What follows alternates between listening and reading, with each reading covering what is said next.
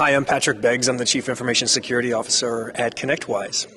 My responsibility is protecting the digital assets and infrastructure of Connectwise. One of the things I'm passionate about is the human-centric aspect of my job is in helping educate and develop protection mechanisms with the employees and how they understand and how they view our security first mentality. And that's such a big thing, the human factor of it, because that's where a lot of the mistakes happen because we are human. They're our first and last lines of defenses if you really think about it like that. So what is Connectwise doing to protect the infrastructure to ultimately protect the MSP? So as I kind of gave a tagline there, our security first mentality, and I could give a few examples of how we approach it at a day-to-day operational level.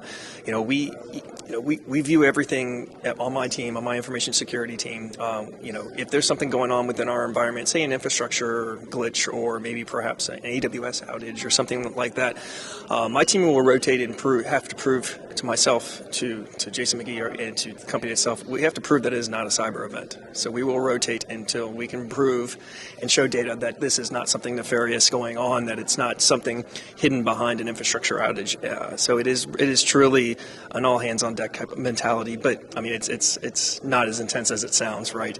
But we could talk a little bit about is the cyber fusion concept of how we fuse an intelligence driven initiatives across all of my different control areas of it and how everybody functions from our threat intelligence group all the way to our GRC, softer sides of the organization. You kind of take a default suspect degree to it rather than a default ignore, which I think a lot of people unfortunately are still doing and is detrimental to It's the trust but verify. How about that?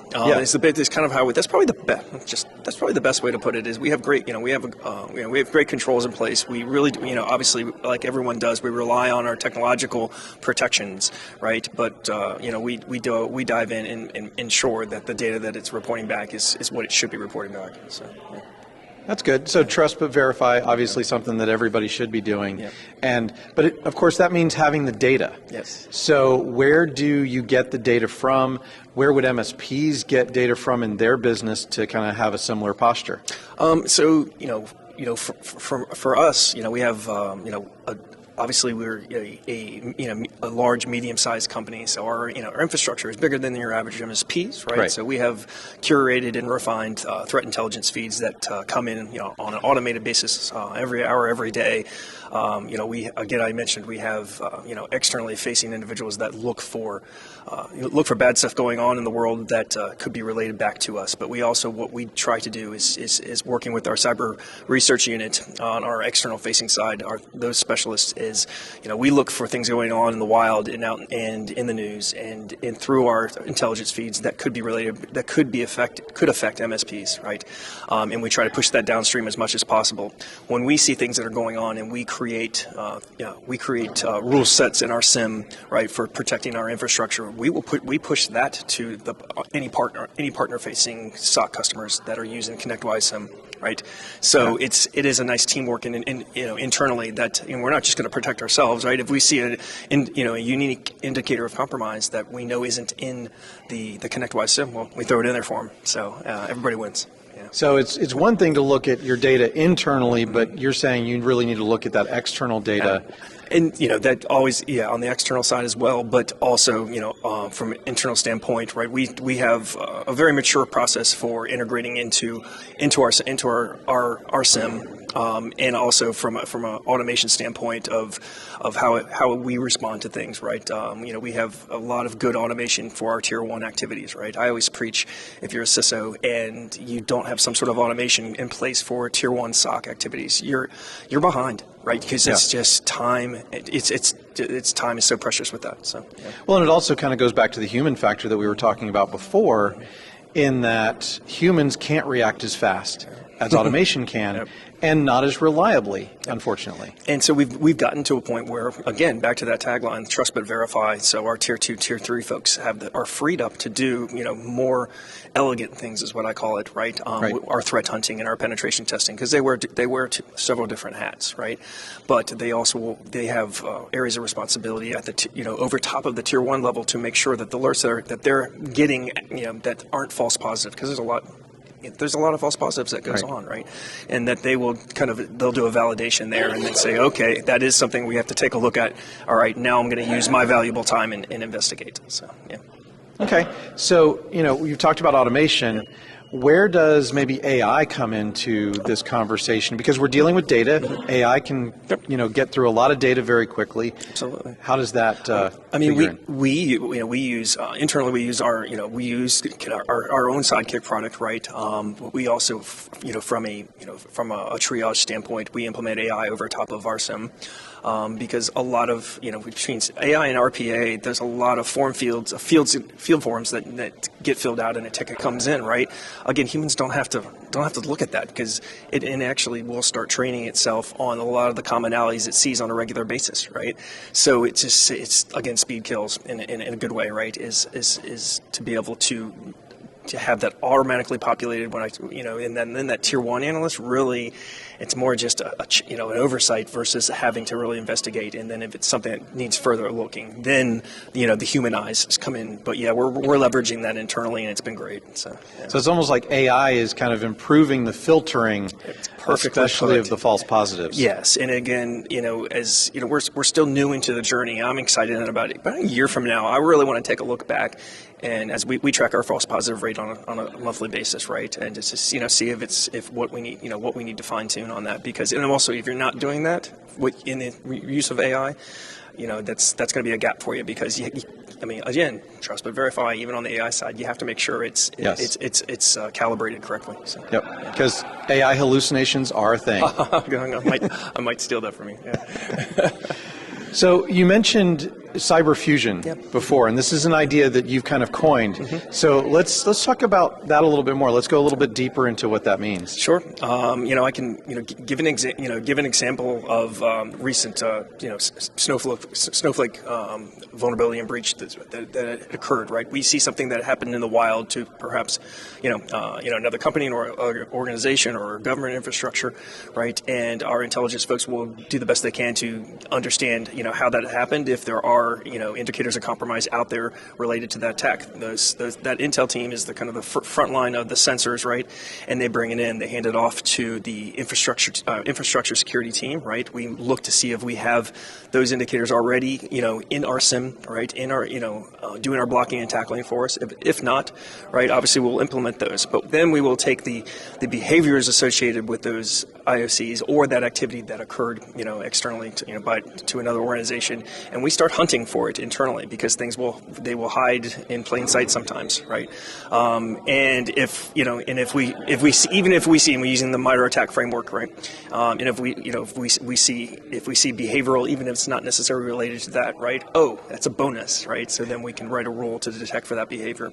And it feeds all the way through the organization into our I said, for our tier 1 to tier 3 opportunities. You just think about it as kind of the front line of defense, and it really drives. And we have to kind of, it has different gates, right? And it can be disproved at any of those gates, or God forbid, it's all the way through. Could have a problem, right? That type of deal. But you're ahead of the game in that sense. And as I mentioned before, all of that good work, we'll throw it over to our MSP facing SOC for once the rules are curated and refined and tested, and so it's seamless for them to be protected. So, yeah. And that just sounds like another step towards being more proactive rather than reactive when it comes to security. So, we again doing that on a Tuesday when nothing's going on, and and you're confident it's not happening to your organization, but yes, you're being proactive. And again, it's that those folks love it, right? They love hunting for things. Yes. If you understand that side of cybersecurity,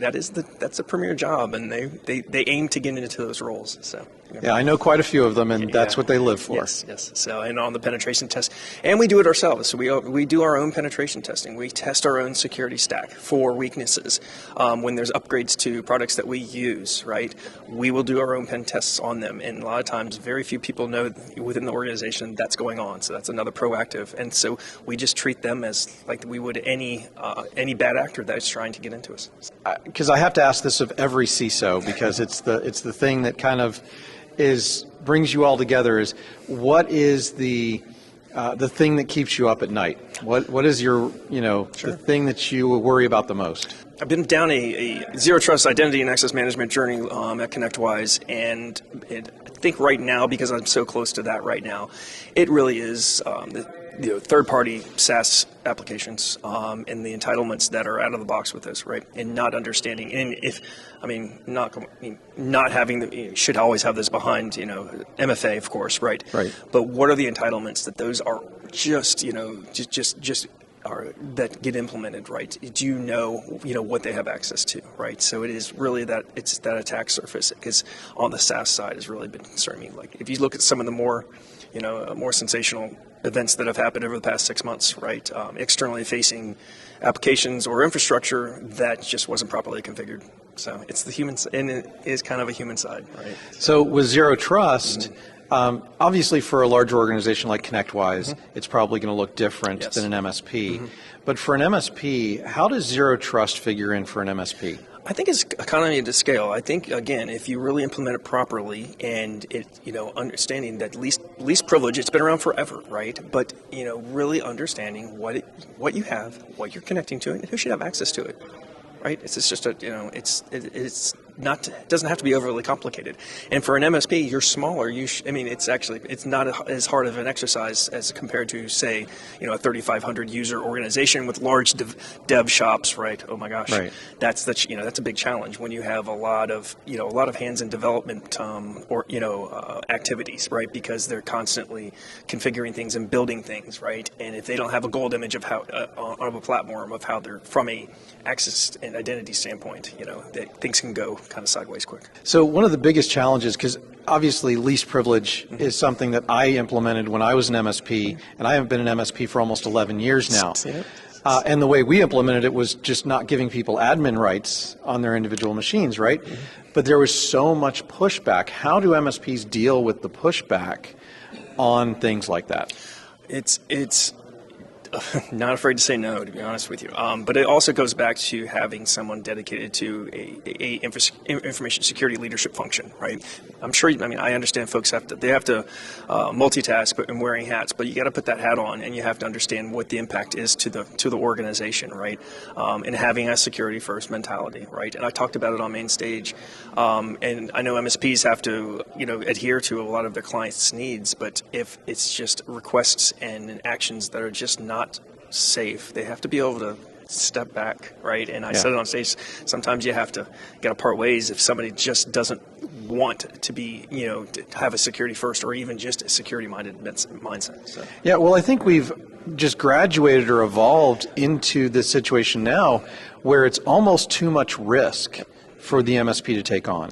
Yes. Back in the day when I was doing it, the risk was much lower, and now the risk is much, much higher. And so for the MSP to ignore the risk to themselves and just let clients get whatever they want is, to me, it's just too much of a risk. It's both sets of livelihoods at stakes, right? And you're right. In the days of being able to control more on-prem, wherever you had your infrastructure, right? Because folks could see it and touch it, and I think they felt more secure that way, right? I would argue that SaaS cloud-based operational infrastructure can be just as secure, right? If implemented properly, right? And also from a patching and from an upgrade standpoint, it's a lot faster, right? And again, it goes back to what I said. Speed kills when a critical vulnerability comes out, and if you're in a cloud infrastructure, it can really be, it can be much more efficient, than having to, worry about prem environments. So you mentioned like cloud environments being one of the issues and one of the things that keeps you up in terms of, because you're handing security off to somebody else kind of, Right. but there's this risk between hosting your own infrastructure and your own services versus having a larger. Well, I mean, for Connectwise, obviously, we really embrace doing that for our partners, right? Because we're staffed and we have the right technological, I would say rigor in place that it's, that the uptime and the SLAs and the expectations are at the highest levels, right? So, but I can understand, not everyone is in that position to be able to leverage that, right? So you have to be very careful and understand the fine print of what you're agreeing to when you hand over, right? The security integrity of your infrastructure to a cloud-based provider. So I encourage folks to talk about, what are the expectations for response and for upgrades and for patching and things like that, because a lot of folks will just assume it's going to be done, in an expedited manner. So. Yeah, and that's why I think so much more today, vendor vetting, vendor policies, and vendor management come into play for an MSP. It goes both ways. It should be a bi-directional relationship, right? Don't let somebody bully you and saying, "Oh no, we've got this," right? Now, peel back the layers and ask the right questions. Again, from an access management standpoint, that's an important thing for them to ask. From an access management standpoint, again, what is their zero trust journey, et cetera. So. Awesome. Well, Patrick, thank you so much for doing this today. Great information for the MSPs, obviously, and I hope you enjoy IT Nation Secure. Thanks for having me, Eric. I appreciate it. So, all right. Thank you.